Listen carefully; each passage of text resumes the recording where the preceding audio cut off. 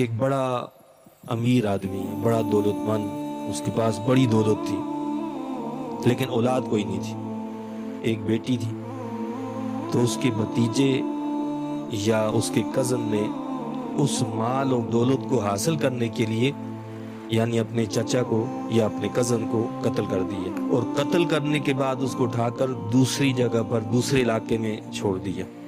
اور پھر سیدنا موسیٰ علیہ السلام کے پاس آگے کہ جی اس طرح میرے چچا کو یا میرے بھائی کو جو ہے کسی نے قتل کر دیا، یعنی خود قاتل اور خود ہی اب دعوے دار، جی قاتل کو تلاش کیا جائے۔ اب کیا ہوا؟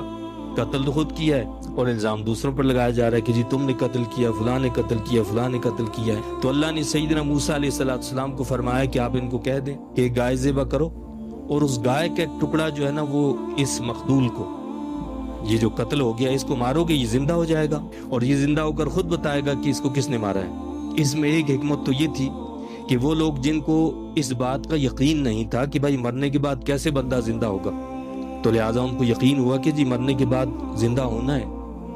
اور دوسرا، اس مقتول کا قاتل کو نہ اس کی خبر بھی مل گئی، چنانچہ ایسا ہوا کہ اس گائے کو جب ذبح کیا گیا اس کا ایک ٹکڑا جو ہے اس مقتول کو مارا گیا تو وہ زندہ ہو گیا، اور زندہ ہو کر اس نے بتایا کہ جی میرا قاتل تو یہ ہے، یعنی اسی اپنے کزن یا اپنے بھتیجے کو بتایا کہ یہ میرا قاتل ہے۔ یہ معجزہ ایک ظاہر ہے کہ جو چیز معجزے سے ثابت ہو جائے وہاں پھر کسی دوسرے ثبوت کی، کسی گواہ کی ضرورت نہیں ہوا کرتی، تو یہ کہ معجزہ تھا، اور اس معجزے سے ثابت ہو گیا کہ اس کا قاتل جو ہے یہ شخص ہے۔ تو قاتل کا بھی پتہ چل گیا اور زندگی دوبارہ کیسے ملتی ہے یہ بھی پتہ چل گیا۔ اب یہ کہنے کے بعد، بتانے کے بعد وہ دوبارہ مر گیا۔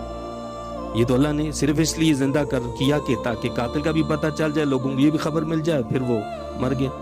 یعنی اللہ تعالیٰ نے یہ جو نشانی دکھائی اور اس طرح وہ دیگر نشانیاں دکھاتا ہے کس لیے؟ تاکہ سمجھ جاؤ۔ اسی لیے اسلام نے ایک قانون اور اصول یہ بتا دیا کہ جو شخص قاتل ہو، جو کسی وارث کا قاتل ہو، تو اس کی وارث وراثت سے محروم ہے، اس کو وراثت ملے گی نہیں۔ مثال کے طور پر اگر بیٹا باپ کو قتل کر دیتا ہے تو وہ باپ کی وراثت سے محروم ہے، یہ اسلام کا قانون ہے۔ یا مثلاً باپ بیٹے کو قتل کر دیتا ہے تو باپ بیٹے کی وراثت سے محروم ہے۔ کوئی بھی وارث جو ہوگا وہ اگر اپنے کسی وارث کو قتل کر دے گا جس کی وراثت اس کو ملنی ہے، وہ اس کی وراثت سے محروم ہو جائے۔